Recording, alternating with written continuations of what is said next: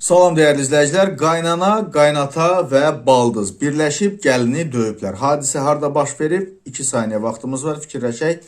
Bəli, hadisə düz bilirsiniz, Azərbaycanda baş verib. Belə ki, Astaranın Ərkivan qəsəbəsində Hasilova soyadlı, bu soyad şərtidir, bir qadın polisə müraciət edib ki, 69 yaşlı qaynatası, 66 yaşlı qaynanası və 42 yaşlı baldızı birləşib onu döyüblər və onun müraciəti polis tərəfindən araşdırılıb.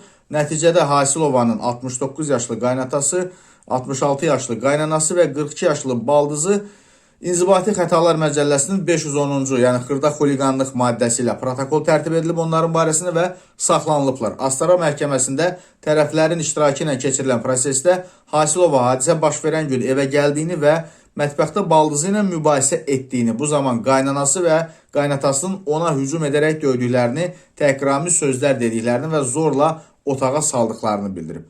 Barələrində protokol tərtib edilmiş gəlinin ailə üzvləri onunla aralarında sözlü mübahisə olduğunu, Hasilovaya qarşı fiziki zorakılıq göstərmədiklərini bildiriblər. Məhkəmənin qərarı ilə qaynata və baldız ayrılıqda 50 manat, qaynana isə 100 manat cərimə edilərək sərbəst buraxılıb. Görən qaynana o 50 manat artıq nə iş görmüşmüş ki, onu 50 manat artıq cərimələyiblər.